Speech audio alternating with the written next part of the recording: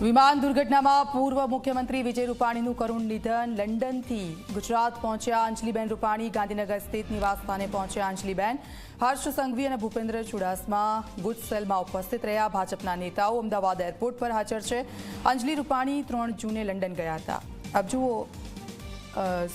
પૂર્વ સીએમ રૂપાણીના જે પત્ની છે કે જેઓ એમની દીકરીને મળવા માટે લંડન ગયા હતા અને ત્યારબાદ વિજય રૂપાણી તેઓ પણ જવાના હતા અને તેઓ ગઈકાલે આ જ પ્લેનમાં સવાર હતા।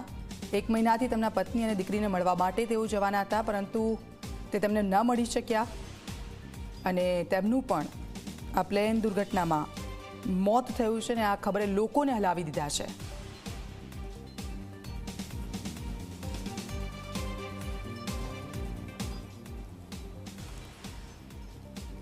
ઘટના સ્થળના દ્રશ્યો મેં આપને બતાવી રહ્યા છે। જે પ્લેન ક્રેશ થયું અને ત્યારબાદ પ્લેનના અલગ અલગ ટુકડાઓ અલગ અલગ દિશામાં ફંટોળાઈ ગયા હતા અને ત્યાર પછી શરૂઆત થાય છે રેસ્ક્યુ ઓપરેશનની। ફાયર બ્રિગેડની એક ટીમ ત્યાં પહોંચે છે અને આ બધાની વચ્ચે આસપાસના જે લોકો છે તે લોકોએ પણ ઉત્તમ કામગીરી કરી અને જેમ બને એમ વહેલી તકે જે લોકોને બચાવી શકાય તે લોકોને બચાવીને ત્યાં લઈ જવામાં આવ્યા હતા। આ ઘટના સ્થળના ગઈકાલના દ્રશ્યો મેં આપને બતાવી રહ્યા છે। દર્શલ સતત ઘટના સ્થળથી અમારી સાથે જોડાયેલા છે। દર્શલ, ગઈકાલનો જે હાદસો થયો તેણે લોકોને નિશબ્દ કરી દીધા છે અને આ બધાની વચ્ચે પ્રધાનમંત્રી ત્યાં પહોંચ્યા છે ઘટના સ્થળ પર। હાલ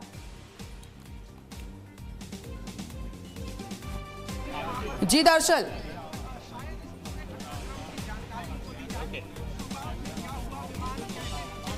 જી હાલ પ્રધાનમંત્રી નરેન્દ્ર મોદીનો કોન્વે જે છે તે બનાવ સ્થળ ઉપર પહોંચી ચૂક્યો છે અને બસ હવે તેઓ આગળ ગાડીમાંથી ઉતરીને આગળ વધશે અને સ્થળ ઉપર જઈને જાત નિરીક્ષણ કરશે। જે પ્રકારની આ ઘટના ખૂબ ગંભીર ગોઝારી ઘટના એટલા માટે કારણ કે અમદાવાદ અને ગુજરાતમાં આ ઘટના બની છે। કોઈ પણ સ્થળે ઘટના હોય એ ગંભીર જ હોય, પરંતુ ખાસ કરીને ગુજરાતમાં જ્યારે ઘટના બની છે, પોતાના વતનમાં આ ઘટના બની છે, ત્યારે તેની સંવેદના એક ચોક્કસ હોય અને માટે એ સંવેદના વ્યક્ત કરવા અને ઘટનાની ગંભીરતાને જોતા એક જાત નિરીક્ષણ કરવા માટે આ પ્રધાનમંત્રી જે છે તે અમદાવાદ આવી પહોંચ્યા છે। એરપોર્ટથી સીધા તેઓ આ બનાવ સ્થળ ખાતે આવ્યા છે અને અહીંયા તેઓ અંદર જશે, સ્થળની વિઝિટ કરશે અને જાત નિરીક્ષણ કરીને તે બાદ હોસ્પિટલ જે દર્દીઓની મુલાકાત કરશે। અને જે પ્રકારની આ ઘટના રહી કે જેમાં 230 મુસાફરો આ એર ઇન્ડિયાના પ્લેનમાં સવાર હતા, 12 ક્રૂ મેમ્બર હતા કે જેમાંથી આ એક જ મુસાફર જે છે તે બચી શક્યો છે, રમેશ વિશ્વાસ। બાકીના તમામ લોકોના મોત નીપજ્યા છે અને તેની સિવાય જે બિલ્ડિંગ ડોક્ટર હાઉસ, જે ડોક્ટર હોસ્ટેલ બિલ્ડિંગ જે છે તેમાંથી પણ કેટલાક લોકો લગભગ 24 જેટલા લોકોના મોત થયા છે, એટલે કે 265 લોકોના મોતની પુષ્ટિ થઈ છે। 40 લોકો સારવાર હેઠળ છે અને તેમાં પણ ખાસ કરીને જે પૂર્વ મુખ્યમંત્રી વિજય રૂપાણી પણ આ પ્લેનમાં સવાર હતા, તેમનું પણ એક નિધન થયું છે અને અન્ય મોટી કંપનીઓના સીઈઓ અને સાથે વિદેશી લોકો પણ હતા કે જેમના પણ નિધન થયા છે। એ ખૂબ ગંભીર બાબત રહી અને એ ગંભીર બાબતને જોતા અને ખાસ કરીને જે પ્રકારે આ ઘટના બની તેનું ચોક્કસ એક કારણ સામે નથી આવ્યું। વાત અલગ અલગ છે, બર્ડ હિટ પણ હોઈ શકે છે, ટેકનિકલ કારણ પણ હોઈ શકે છે, પરંતુ આ ખુલાસો એક બ્લેક બોક્સ જે પ્લેનમાં હોય છે તે તપાસ્યા બાદ સામે આવશે।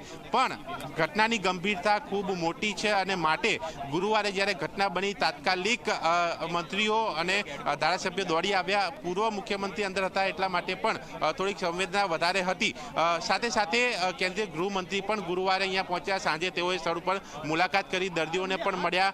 જે એક મુસાફર જે રમેશ બચી ગયા હતા તેને પણ મુલાકાત કરી અને સાથે આજે સવારે જ આ પ્રધાનમંત્રી નરેન્દ્ર મોદી દિલ્હીથી અમદાવાદ આવી પહોંચ્યા છે અને તેઓ એરપોર્ટથી આ બનાવ સ્થળ ઉપર પહોંચી ચૂક્યા છે અને ત્યાં તેઓ જાત નિરીક્ષણ કરશે અને આ જગ્યા ઉપર તમામ અધિકારીઓ એટલે કે પોલીસ કમિશનર હોય, કલેક્ટર હોય, મેયર હોય કે પછી એનડીઆરએફના ચીફ હોય અને જે એર ઇન્ડિયા કંપની છે તેના સીઈઓ પણ ખુદ અહીંયા હાજર છે। ફોરેન્સિક ટીમ પણ અહીંયા પહોંચી ચૂકી છે, એટલે તમામે તમામ અધિકારીઓ, ઉચ્ચ અધિકારીઓ સાથે જે તે વિભાગના તમામ લોકો અહીંયા હાજર છે, જેથી કરીને જો કોઈ જવાબ અહીંયા પ્રધાનમંત્રી માગે તો તાત્કાલિક તે વ્યક્તિને હાજર કરીને તે જવાબ મેળવી શકાય અને તે માહિતી મેળવ્યા બાદ પ્રધાનમંત્રી અહીંયાથી સિવિલ જશે અને ત્યાં દર્દીઓને મળશે, જે મુસાફર એક બચ્યો હતો તેને પણ મળશે અને તે બાદ કહી શકાય છે કે જરૂરી સૂચન પણ કરી શકે છે, ક્યાંક મીટિંગ પણ થાય પણ તેની ચોક્કસ માહિતી નથી. પરંતુ હાલ આ 2 કાર્યક્રમ જે છે